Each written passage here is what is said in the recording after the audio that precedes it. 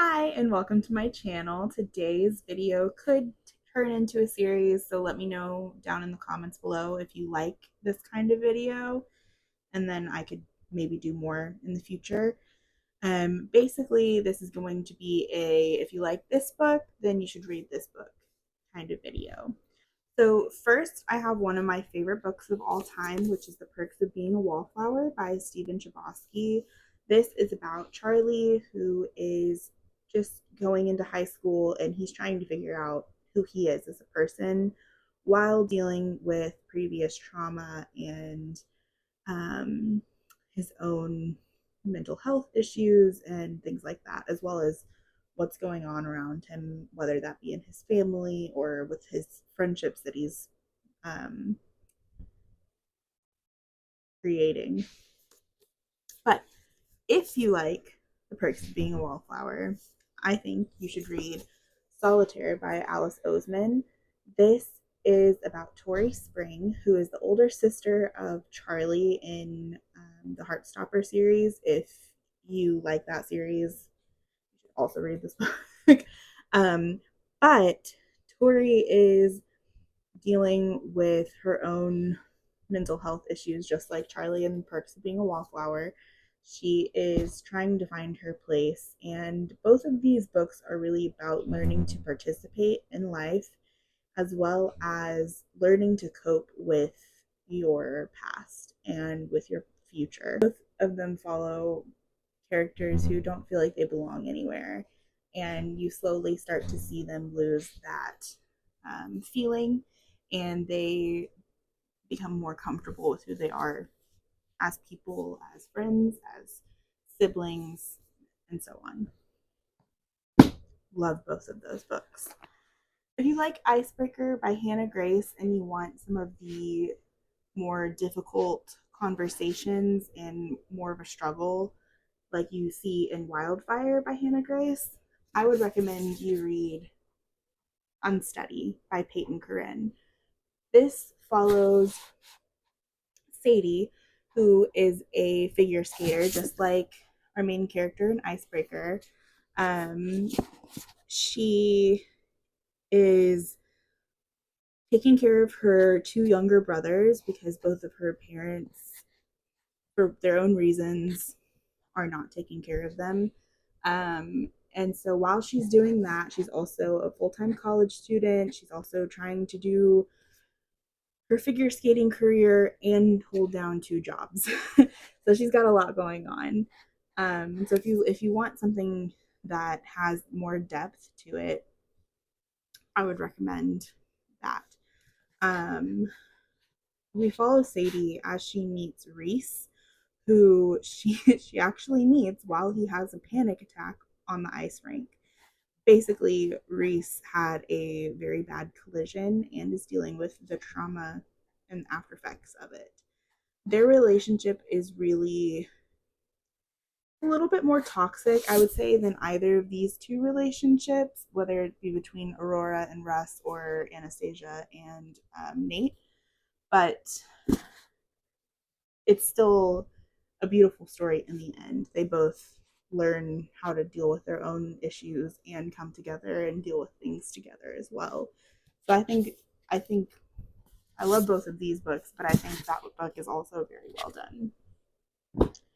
For this next one, bear with me. If you like the Off Campus series by Elle Kennedy, you can see my Elle Kennedy shelf is like torn to shreds behind me. But if you like this Off Campus series by Elle Kennedy, if you like the hockey romance, the found family, and the like strong women who have their own stories with their own issues, I would recommend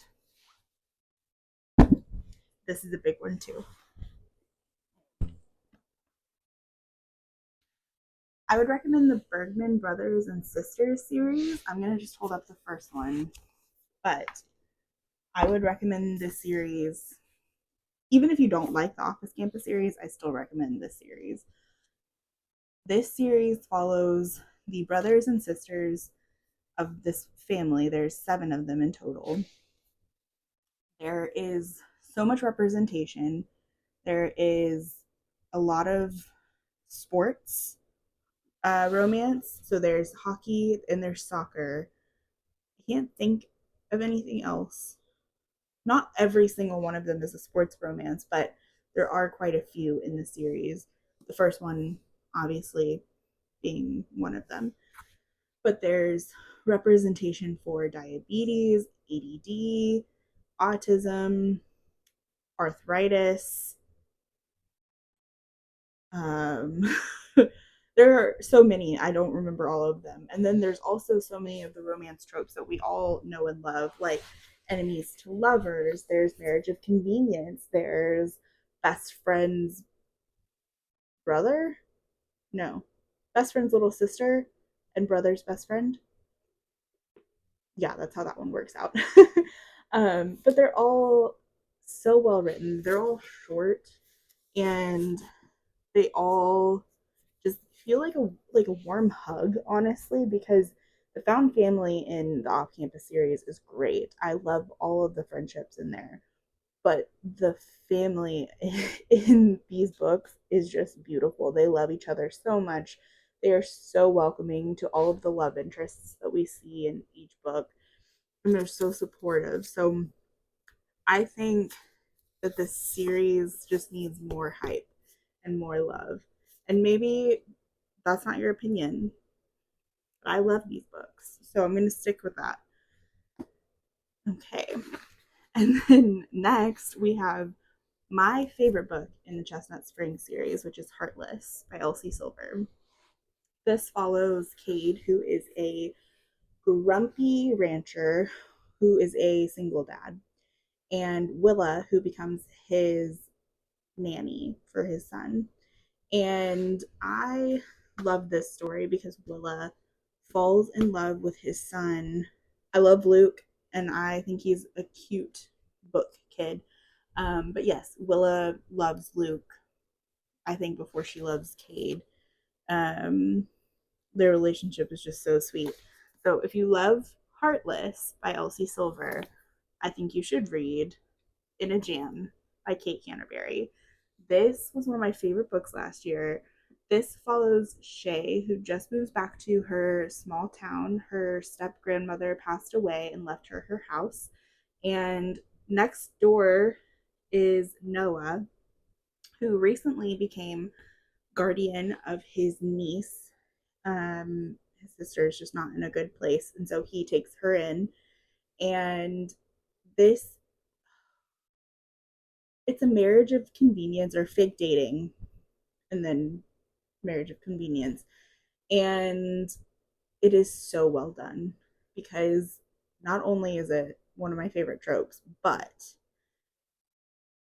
the little girl, Jenny, who is the niece, and Shay's relationship is really sweet. Jenny is this firecracker of a little kid. She curses up a storm. She gets into the most ridiculous of situations, and she loves the animals on the farm so much. And it's just a beautiful, beautiful story of two people coming together after a long time apart because, oh, yeah, it's a second chance romance. It sure is. Not on her part, but on his part. But also small town romance, and we love small town romance. But look at this cover too. This is so cute. Don't look at my nails. Yeah, don't look at my nails. They're awful. But this book is not awful. This book is amazing, and I need to reread it like yesterday. Lastly, I would like to say, if you've read The Starless Sea by Erin Morgenstern, you should read Trust of the Emerald Sea by Brandon Sanderson. I say that because in this book, we're following Zachary, who somehow, I'm going to tell you how, but somehow finds out about this thing called the Starless Sea. And so the whole book, we're figuring out what is the Starless Sea? Where is it? What is it about? And there's mystery involved, there's pirates, there's beautiful, beautiful lyrical writing, And I just I didn't love it because it just felt very long. Okay, but if you love this book, you should read Trust of the Emerald Sea because there is beautiful description of um, of the sea, of the characters, of the story itself. And so we're following our girl Tress while she is on a mission to find the love of her life, who disappeared one day. And she is on this ship with a bunch of other pirates trying to find him. And this whole time, the narrator is a little unreliable, I would say. I mean, he is reliable, but he's a little unreliable because he's been cursed. So he can't tell you everything. And it's a fun time. It's a really, really fun time. I loved that book. But that is all I have for you today. Um, Please let me know if there's a book that you would like a recommendation for. If you liked that book and you want another book like it, let me know. And maybe I could do something like this again someday. But yeah, if you liked this video, please let me know down below by giving it a like. And then if you want to see more content from me, please hit that subscribe button. Bye.